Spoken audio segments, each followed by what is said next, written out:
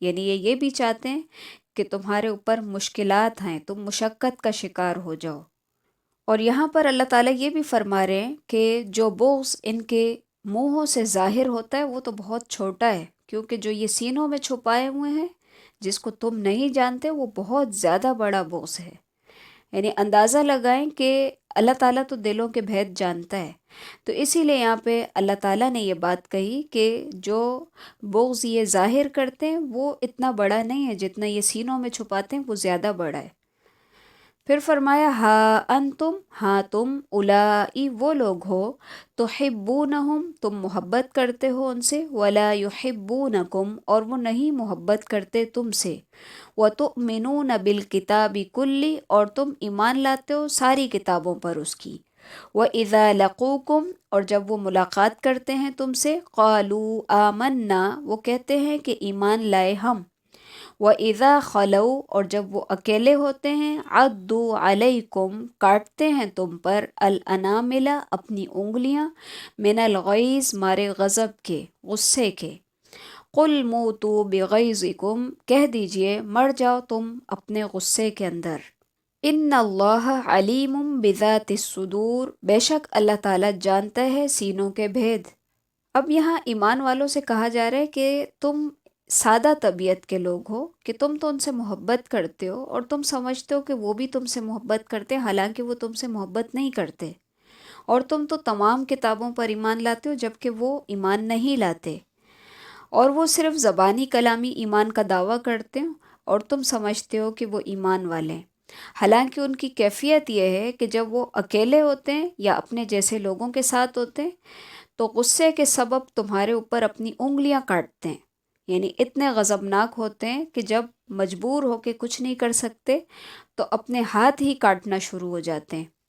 عزا یا عزو کے معنی ہوتے ہیں دانت سے کاٹنے کے، یہ ان کے غیظ و غضب کی شدت کا بیان ہے۔ تو ایک طرح سے پھر یہاں پہ ان کو بدوا بھی دی گئی ہے کہ قُلْ مُوتُوا بِغَیظِکُمْ کہہ دیجئے کہ تم مر جاؤ اپنے غصے میں، یعنی اتنا غصہ آ رہا ہے تمہیں کہ انگلیاں کاٹ رہے ہو تو مر ہی جاؤ اس غصے کے اندر۔ پھر فرمایا ان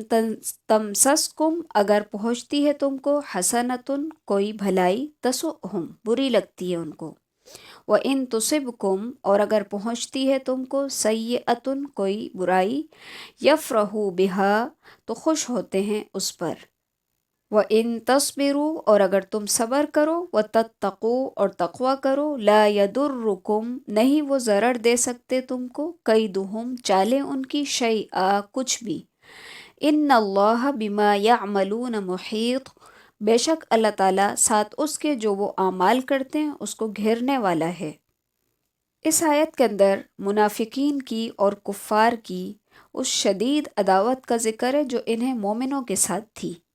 اور وہ یہ کہ جب مسلمانوں کو کوئی خوشحالی میسر آتی، اللہ تعالیٰ کی طرف سے ان کو تائید اور نصرت ملتی اور مسلمانوں کی تعداد اور قوت میں اضافہ ہوتا تو منافقین کو بہت برا لگتا، اور اگر مسلمان قحط سالی یا تنگ دستی میں مبتلا ہوتے یا اللہ کی مشیت اور مصلحت سے دشمن وقتی طور پر مسلمانوں پہ غالب آ جاتے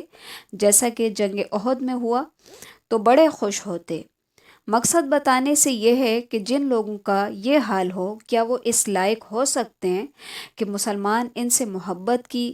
دوستی کی پنکیں بڑھائیں اور انہیں اپنا رازدان اور دوست بنائیں۔ اسی لیے اللہ تعالیٰ نے یہود و نصارہ سے بھی دوستی رکھنے سے منع فرمایا ہے،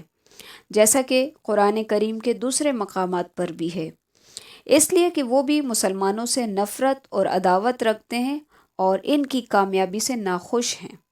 اور ان کی ناکامیوں سے خوش ہوتے ہیں۔ یہ ان کے مکر و فریب سے بچنے کا یہاں پر ایک طریقہ بھی بتایا گیا ہے۔ یہاں فرمایا کہ وَإِن تَصْبِرُوا وَتَتَّقُوا اور اگر تم صبر کرو اور تم تقوی کرو تو لا يَضُرُّكُمْ كَيْدُهُمْ شَيْئًا تب ان کی چالیں تمہارا کچھ بھی نہیں بگاڑ سکتی، کوئی بھی نقصان نہیں دے سکتی تم کو۔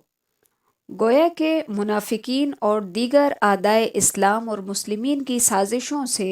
بچنے کے لیے صبر اور تقوی نہایت ضروری ہے۔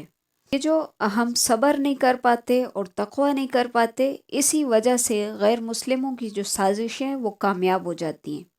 اور لوگ سمجھتے ہیں کہ کافروں کی یہ کامیابی مادی اسباب اور وسائل کی فراوانی کی وجہ سے ہے، حالانکہ ایسا نہیں ہے۔ اگر مومن صبر کرے اور تقوی کرے تو بالکل ان کی جو چالیں ہیں وہ مومنوں کو کچھ بھی نقصان نہ دے سکیں۔ حالانکہ مسلمانوں کی پستی اور زوال کا اصل سبب یہی ہے کہ وہ اپنے دین پر استقامت نہیں اختیار کرتے، یعنی جو صبر کا حکم دیا گیا ہے وہ اس صبر سے اور تقوی سے محروم ہیں۔ اسی وجہ سے مسلمان کامیاب نہیں ہیں اور غیر مسلم اپنی سازشوں کے اندر کامیاب ہیں۔ اسی کے ساتھ ہمارے آج کے لیسن کا اختتام ہے۔ سبحانک اللہم و بحمدک نشہد ان لا الہ الا انت نستغفرک و نتوب الیک۔ السلام علیکم ورحمۃ اللہ وبرکاتہ۔